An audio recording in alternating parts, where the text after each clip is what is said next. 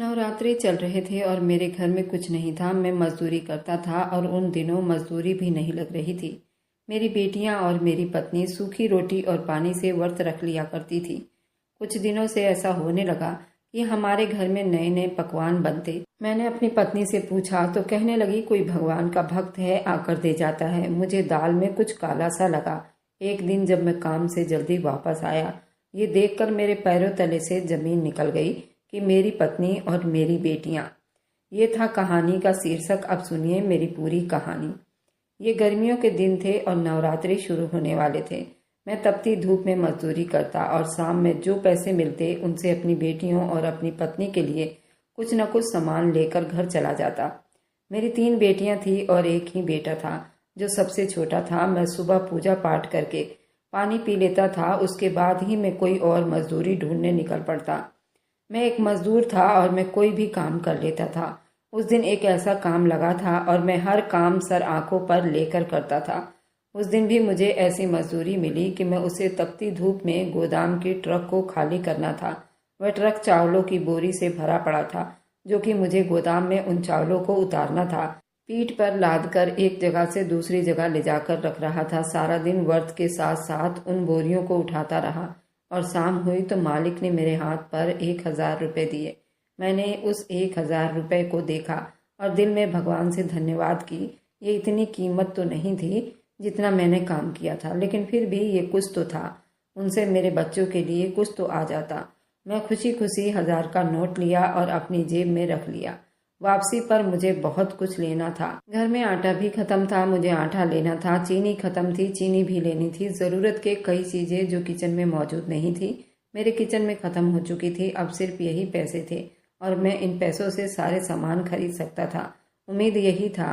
मैंने 2 किलो आटा लिया, बाकी पैसे थोड़ा थोड़ा करके घर का सारा सामान मैंने कुछ न कुछ सौदा ले लिया था। सामान इतना 2 दिन आराम से कट जाते। कितने दिन हो गए थे मैंने अपने बच्चों को कुछ नहीं खिलाया था। मजदूरी जो नहीं मिली थी, तपती धूप में सारा दिन इधर से उधर मारा मारा फिरता, लेकिन मुझे कोई मजदूरी ना देता। व्रत की वजह से सब लोग व्रत रखकर अपने अपने घरों में आराम करते थे। किसी ने भी अपने आस पड़ोस में कोई नजर न डाली थी कि यहाँ पर कोई भूखा भी रह सकता है। किसी के घर में व्रत के लिए भरपूर खाना भी नहीं है, सिर्फ पानी और सूखी रोटी के सिवा कुछ न हुआ। ऐसे घरों में एक घर मेरा भी था।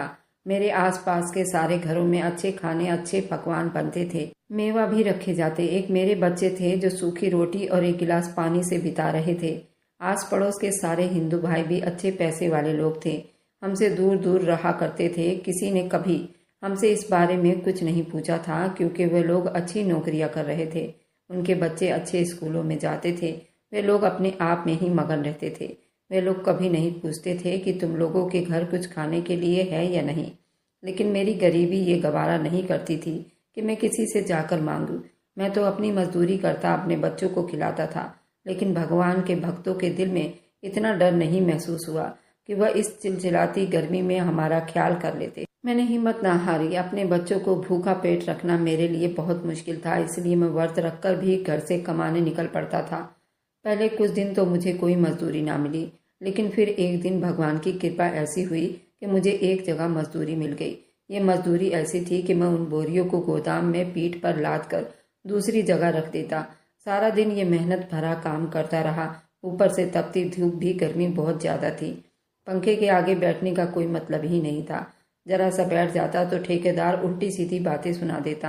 मैंने जैसे तैसे सारा दिन लगाकर मेहनत मजदूरी की और फिर शाम को 1000 मेरे हाथ पर आ गया। उससे मैंने कुछ चीजें खरीदी, लेकिन इस महंगाई के दौर में आखिरकार इस 1000 रुपये से क्या होगा। मेरे घर का राशन खत्म था। मैंने जैसे ही घर में दाखिल हुआ, मेरी पत्नी, मेरी बेटियां, मेरा बेटा एक चारपाई पर बैठे थे। उन सबके सामने वही सूखी रोटी रखी थी। ये रोटी 3 दिन की बासी थी और सबकी सब सूख चुकी थी। पिछले 5 दिन से हम लोग पूजा पाठ कर लेते और पानी पी लेते। हमारे पास पैसे नहीं थे कि हम फल खा पाते। पत्नी और मैं तो 9 दिन का उपवास रख रहे थे। कई दिनों से हम ऐसे ही पूरा व्रत कर रहे थे। मुझे अपने बच्चों की ऐसी हालत पर बहुत तरस आता था, लेकिन आज भी घर में कुछ खाने के लिए नहीं पका था। मेरे हाथ में सामान देखकर बच्चे बहुत खुश हुए, लेकिन आज भी तो सामान कुछ न कुछ पकाना था। मेरी पत्नी ने कहा कि बस जोत बत्ती करने के बाद मैं खाना बना लेती हूँ, आज कुछ न कुछ पका लेंगे। मेरे बच्चे भी भूखे थे, उन्होंने भी चुप से उस सूखी रोटी और पानी से अपने भूख की आग को मिटाया था। वह इसलिए खुश थे क्योंकि कल के लिए उनके पास खाने के लिए कुछ न कुछ तो मौजूद था। उनकी आंखों में कल के खाने के लिए चाहत मैं गौर से देख सकता था। मैं अपने दिल में बहुत शर्मिंदा रहता था। लोग मंदिरों पर नवरात्रे में ऐसे ही फल चढ़ा दिया करते थे। पूजा करने के बाद लोग गाय के लिए न जाने कितने पकवान बनाकर सड़कों पर फेंक देते थे। लेकिन बगल में ही पड़ोस भूखे हैं, उनके बच्चे भूखे हैं, उनसे कोई लेना देना नहीं। लोग यूं ही बाहर सड़कों पर पीपल के पेड़ों पर, शिवलिंग पर लोग दूध चढ़ा देते हैं, वहां से गरीब गुरबा बच्चे उठाकर खाते हैं। मेरे बच्चे उठाकर ऐसे ही खा लेते। क्या उन्हें गरीबों की मदद करने में शर्म आती है, या कोई भगवान मना करता है? ईश्वर ऐसे लोगों को धन दौलत देता है और उनके मन को जांचता है। वे ना समझ लोग इस तरह करते हैं।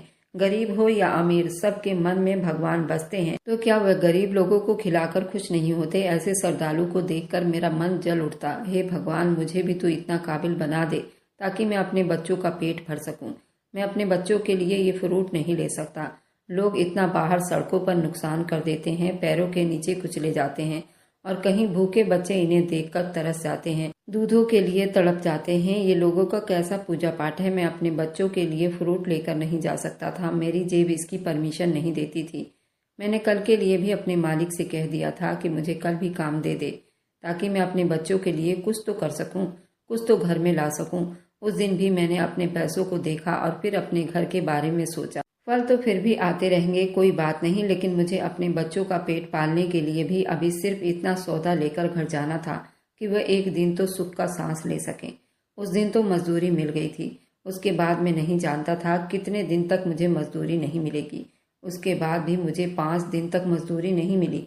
एक बार फिर से मेरे घर में जो दिन का राशन था वह भी खत्म हो गया था। एक बार फिर से मेरे बच्चे भूखे पेट रहने लगे। हम भूख से बेहाल रहने लगे। नवरात्रि भी चल रहे थे। मुझे घुटन महसूस हो रही थी। अपने बच्चों को यूं पानी और सूखी रोटी या फिर इस तरह तड़पते देखकर मेरा दिल खून के आंसू रोता था। मेरा कलेजा कट कर रह जाता। खुद तो पानी पीकर पूरा दिन सह लेता, पूजा पाठ बराबर करता, भगवान से प्रार्थना करता, कोई ऐसा काम दे, कोई ऐसा बंदोबस्त कर दे कि मैं अपने बच्चों को अपनी मेहनत की रोटी कमा कर खिला सकूं। और कुछ दिन बाद मुझे फिर से उसी मालिक ने काम देना शुरू कर दिया।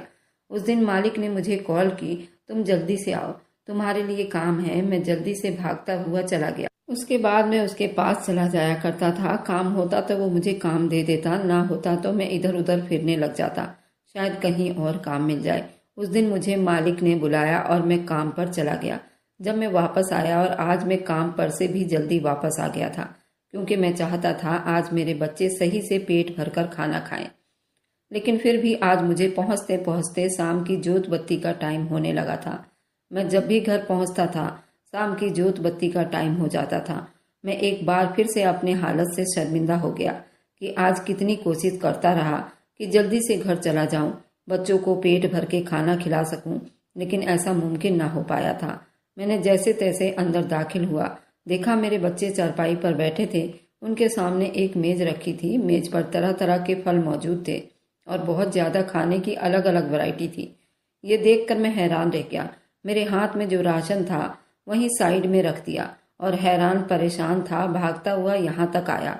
मेरी बेटियां मुझे देखकर उठ खड़ी हुई। मेरी पत्नी किचन से पानी लेकर आ रही थी, वह भी मुझे देखकर रुक सी गई। मैंने कहा, ये सब कुछ कहाँ से लाई हो? घर में तो कुछ भी नहीं था सिवाय सूखी रोटी के। तो वह कहने लगी, पड़ोस में किसी ने भंडारा करवाया था, उन्होंने कुछ हमारे घर भी भेज दिया है और इतना सारा खाना वहीं से आया है। आज हमारे बच्चे पानी और सूखी रोटी नहीं खा पाएंगे। मेरी पत्नी ये कहकर मुस्कुराती हुई एक चारपाई पर बैठ गई।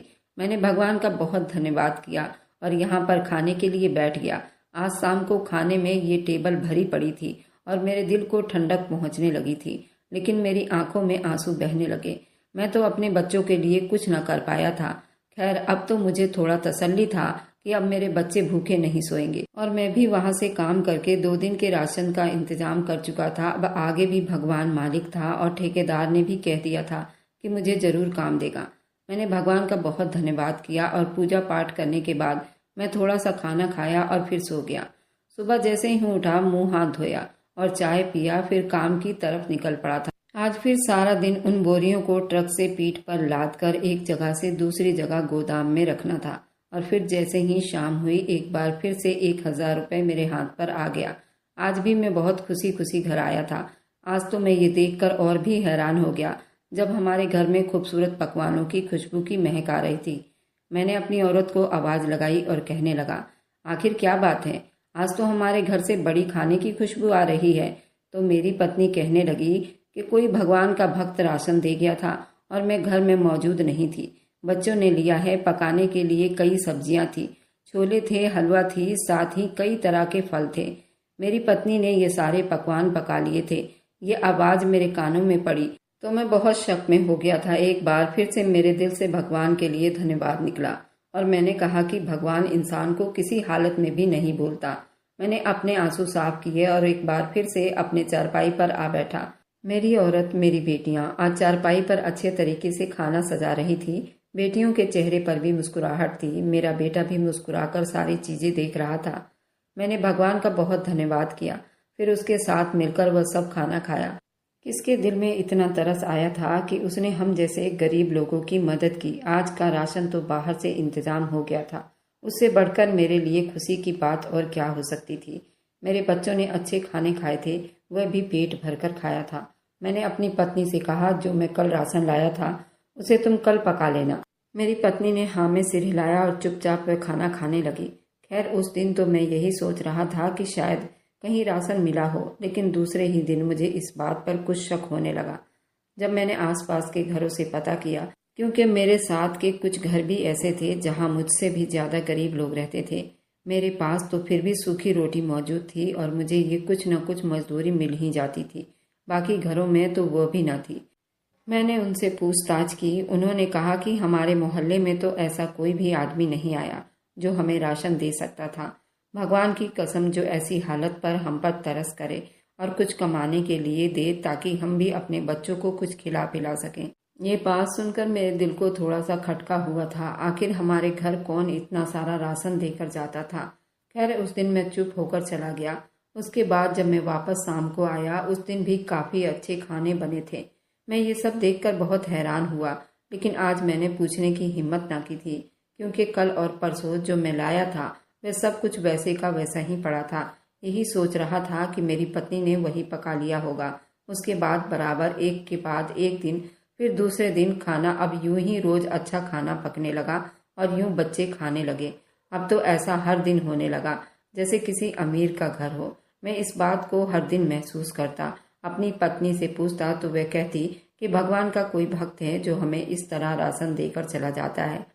मैं नहीं जानती कि वह कौन है, लेकिन जो भी है वह भगवान की राह में खर्च कर रहा है और उसे हमारे घर के हालात का पता है।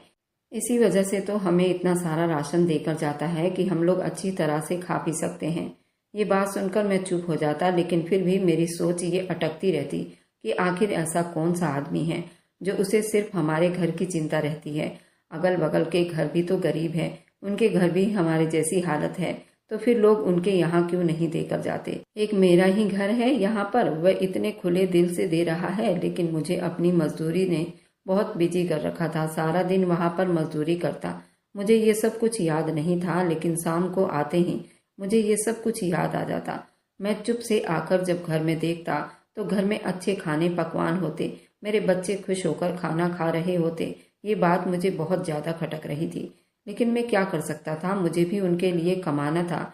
मैं जानता था ये जो कोई भी देकर जा रहा है वह हमेशा के लिए तो नहीं दे जाता। कहीं ऐसा ना हो कि मैं मजदूरी पर ही ना जाऊं और ये इंसान भी हमारे घर आकर हमें राशन ना दे। इसलिए मुझे जो काम मिल रहा था मेरे लिए वही अच्छा था। मैं हर दिन के साथ काम पर जाता रहा। पीछे घर में सब कुछ नॉर्मल होता रहा। एक बात मैंने और नोट की, वह ये था कि मेरे बच्चे अब अच्छे कपड़े पहनने लगे। घर में कई सामान नया दिखाई दे रहा था।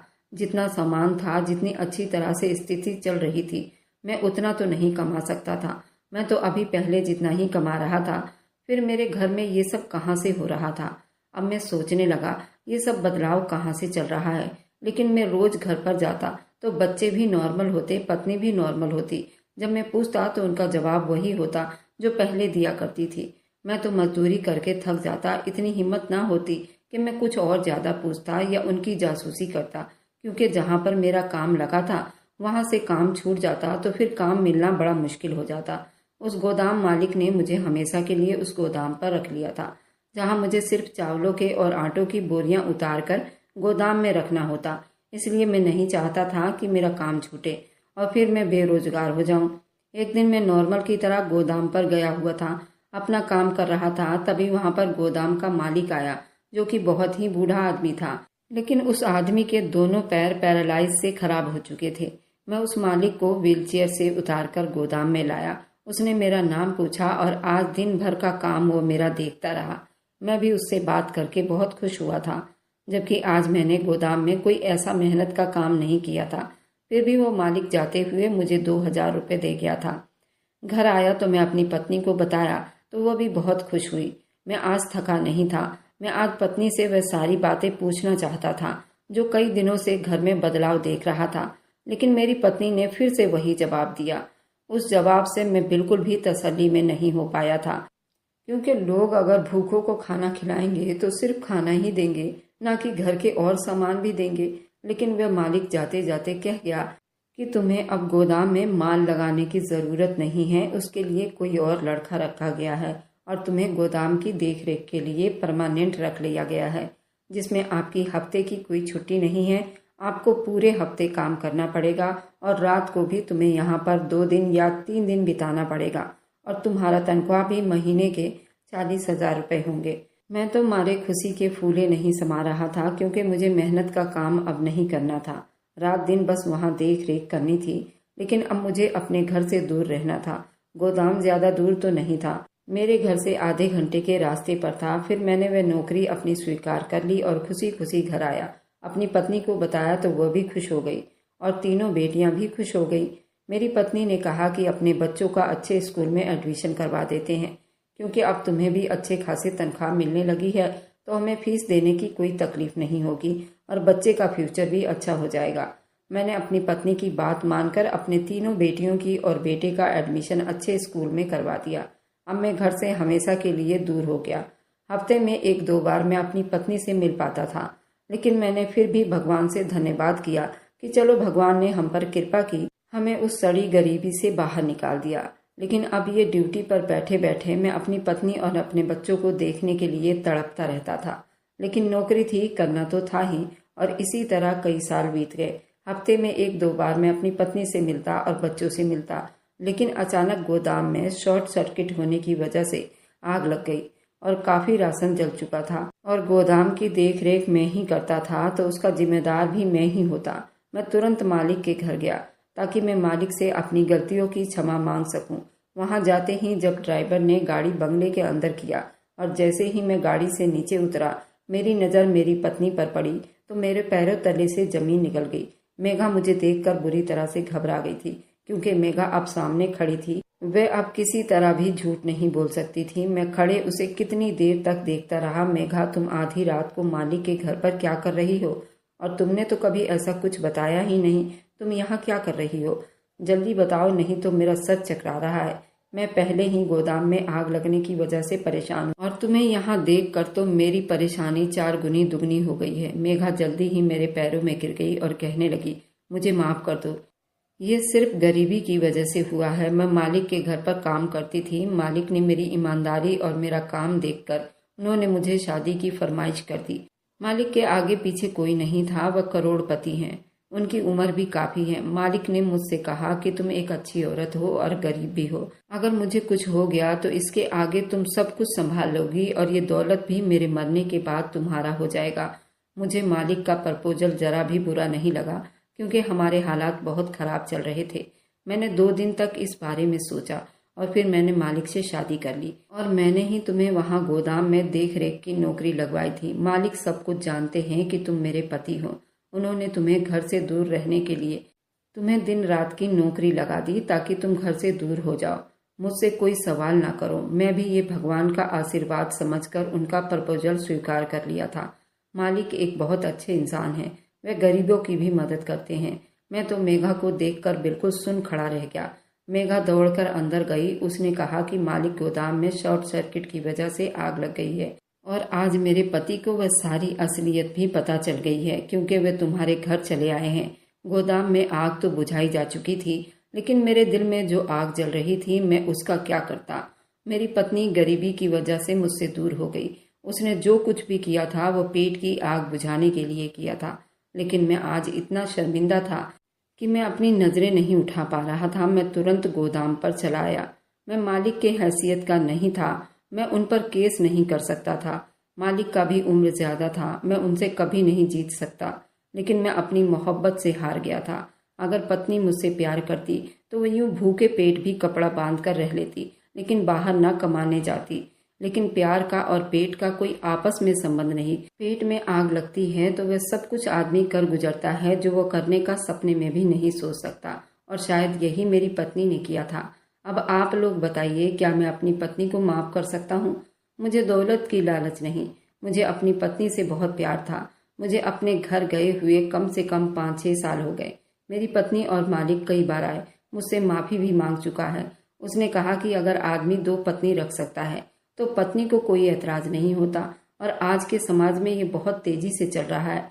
वही समाज कहता है कि कोई बात नहीं, पति है, शादी कर लिया तो क्या हो गया, तुम भी एडजस्ट कर लो। और अगर एक औरत ने मजबूरी में अपने पेट की आग बुझाने के लिए शादी कर ली तो क्या इसे जमाना स्वीकार करेगा? क्योंकि मेघा एक बहुत अच्छी औरत है।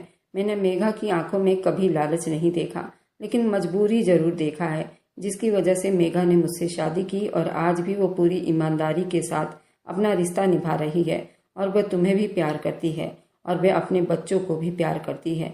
तो क्या तुम फिर भी मेघा को माफ नहीं करोगे? तुम चाहो तो मेरे घर में एक साथ रह सकते हो, लेकिन मेरा ज़मीर गवारा नहीं करता कि मैं मालिक के घर में जाकर रहूं और अपने आंखों के सामने अपने पत्नी को दूसरों के आगे मंडराता देखूं। मैं ये कभी नहीं कर सकता। मैं आप लोगों से पूछता हूँ, अगर आप मेरी जगह होते तो क्या करते? आप लोग मुझे कोई अच्छी सलाह दीजिए ताकि मैं अपने आगे की जीवन अच्छे से जी सकूं। मेरा हर दिन एक लाश की तरह बीतता है। मैं जिंदा तो हूँ पर मुझे जरा भी जीने की इच्छा नहीं। मेरे बच्चे भी मुझसे बहुत प्यार करते हैं, वह भी मुझसे मिलने आते हैं। मेरी तीनों बेटियां जॉब कर रही हैं, बेटा भी पढ़ाई कर रहा है। अब हमारे घर में गरीबी तो कोसों दूर है, लेकिन आपस में मोहब्बत कहीं खो गई है। आप लोग बताइए मुझे क्या करना चाहिए? मैं बहुत परेशान हूँ। मैं रोज पल पल मरता हूँ। और मेरी वीडियो जहाँ कहीं से भी आप लोग देखते हैं, कमेंट में अपने शहर और राज्य का नाम जरूर बताइए। मुझे आप लोगों के कमेंट पढ़ने में बहुत आनंद आता है, और उन सभी का मैं बहुत बहुत धन्यवाद करना चाहती हूँ जो लोग मेरी वीडियो को देखते हैं और लाइक करते हैं और शेयर करते हैं। अगर आपको आज की कहानी पसंद आई है तो वीडियो को जरूर लाइक कीजिएगा और अपने दोस्तों के साथ शेयर भी कीजिएगा।